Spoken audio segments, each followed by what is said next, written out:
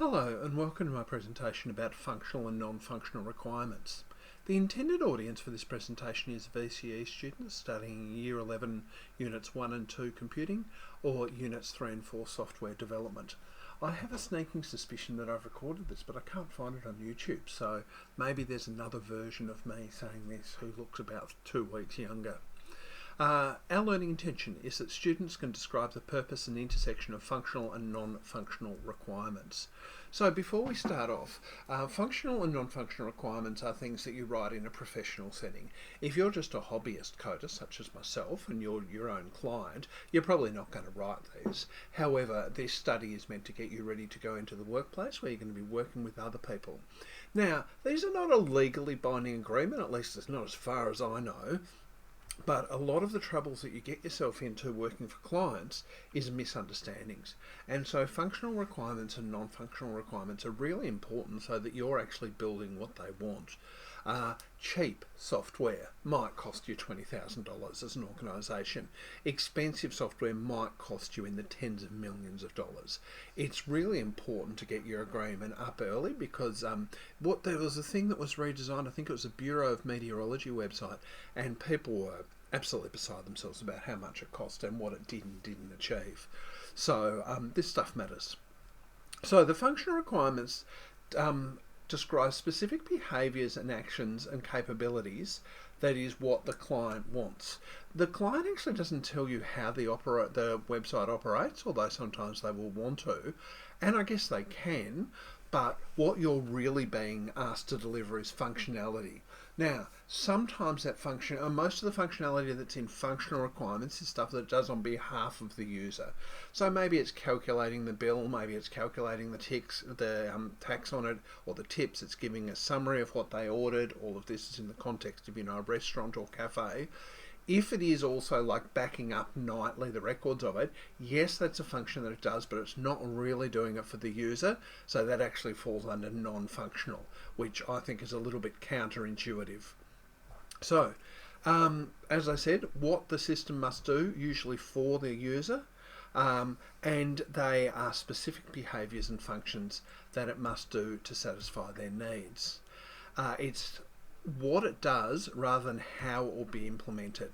And it's part of this document called a Software Requirement Specification, more commonly known as an SRS, which also contains the non-functional requirements. It'll contain scope and constraints at an absolute minimum.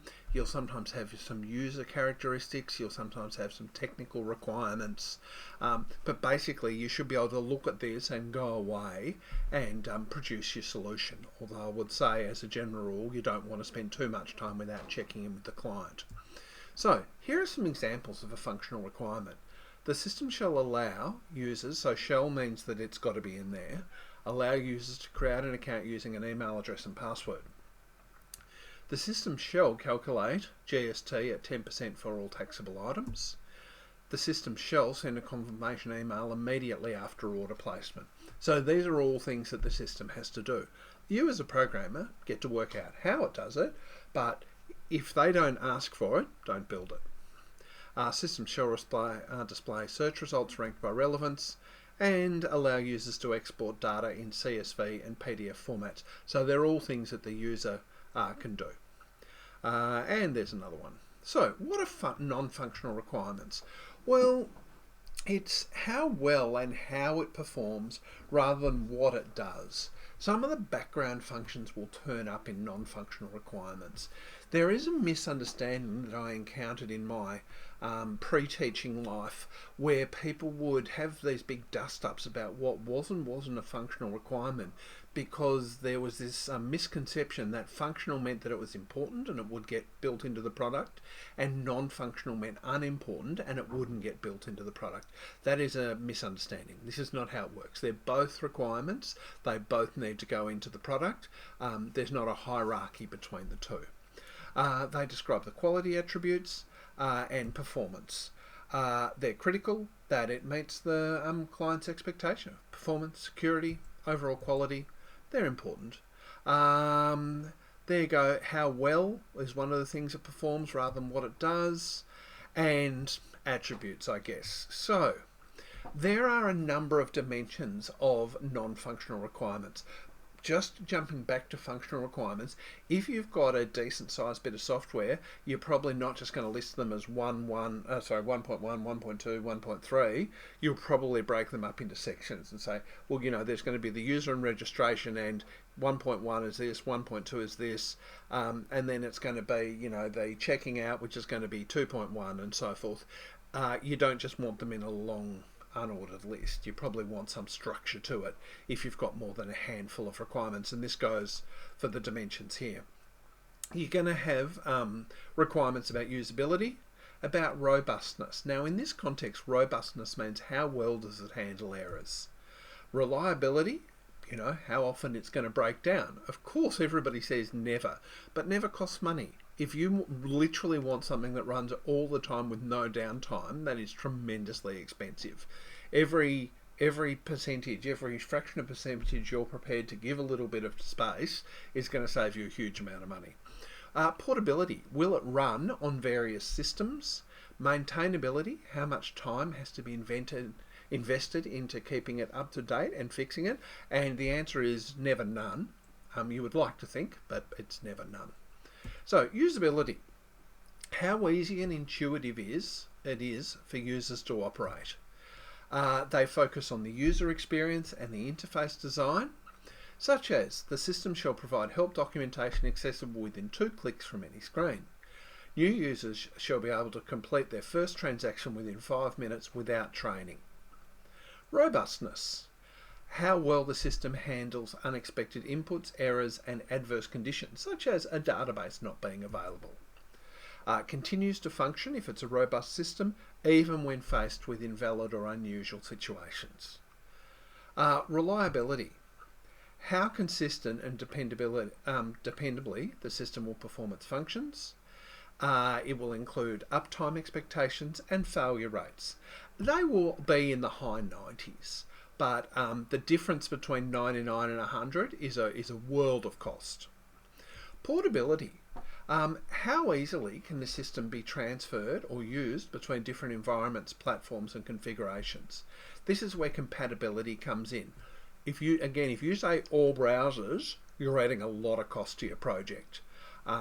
There's a lot of browsers out there. If you say that they all have to be supported, then you're writing test cases for all of them. You've got people downloading them. You've got people running them on all sorts of things. You would need money to burn. The more compatibility you want, the more time it costs. Such as the system shall support both MySQL and I don't actually know how to pronounce that, PostgreSQL databases. Maintainability. You specify how easily the system can be modified, updated, and repaired. So, the system shall be developed using modular architecture with clear separation of concerns. So that's you saying, well, I want it built in this way so that it can have maintainability. Again, the more you ask for, the more you pay, but that doesn't seem like an unreasonable thing to ask for. All code shall include inline comments and documentation. Again, it takes time, but it helps you in terms of it being maintainable. So, let's put some non-functional requirements in their categories. Here are their categories. I'm just going to make sure, I haven't got them open on my other screen, so I'll be doing this along with you. We've got usability, robustness, reliability, portability, and maintainability. Okay, so I'm going to pause this for a tick because they should be coming up one by one. Alright, let's jump back in. There's 3 brackets here. In the first bracket, let me just get myself organised.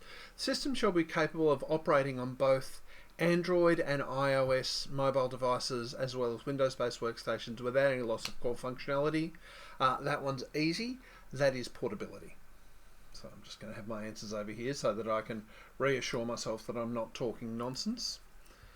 Application must be designed that a first-time user can successfully dispatch an emergency unit within 60 seconds of opening the interface for the first time. Well, that's about what a user can do. So that's usability. In the event of database connection failure, well, I already know this one. This is about how well it handles adverse or unexpected conditions. So that's robustness. Software shall maintain an uptime. Well, that uptime is reliability. New developers should be able to understand the system architecture and make their first code contribution within 3 days of joining the project, aided by standardized documentation. Well, that's about maintainability. Okay, it's time for our second bracket. System must gracefully, so gracefully means not falling over, handle invalid GPS coordinates. So that is about reliability. The user interface must comply with WCAG 2.1 accessibility standards. So that is in fact about usability. Usability is also about who can use it and accessibility standards. Source code must be modularized so that the mapping service can be replaced with a different provider with less than 20 hours of engineering effort. That's about maintainability. Actually, is that maintainability? I'm pretty sure it is. That's 3. Yep, I just wanted to make sure that that wasn't a measure of portability. The mean time between failures for the dispatch service shall be at least 5,000, so that's about reliability. And the system's localized language files must be stored in external JSON objects to allow the application to be deployed in different geographical regions, so that's about portability. Okay. Let's finish up by looking at what is a functional and a non-functional requirement. So the system shall allow doctors to digitally sign and issue prescriptions. Yep, well that's a function. The system must encrypt all patient health records using this. That's actually non-functional. It's something that it does, but it's not actually doing it on behalf of the user. So that is non-functional. The database shall be capable of processing up to 500 concurrent appointment bookings. It's actually non-functional as well. When it's a performance metric, that's not actually, it's how it does something or how well it can do something, but it's not actually what it does. Registered nurses shall be able to view a patient's allergy history by clicking on the medical alerts icon. Now, by the way, I hate this as a functional requirement. I don't think that you should be specifying what the interface is going to be, where it's going to appear. I would, in fact, just say they should be able to view a patient's allergy history within 2 clicks of the main page. I don't think you should be specifying what the icons are and so forth in the requirements. A system shall automatically generate a daily summary report of all admitted patients and email it to the hospital administrator. There's a bit of that could be in either. I would put it in functional because I think that it's something that the users are going to interact with. You know, the administrator is going to get this report. But I think that's one of those ones that could happily belong in either location. And finally, requirement F, I don't know why that's requirement F, the software must be compatible with legacy touchscreens. That's non-functional. So I hope that's been useful to you. I'm pretty sure that's the end of the presentation. It is. If there is another version of me doing this out there, I'd be interested to see what I said differently. Hopefully not too much.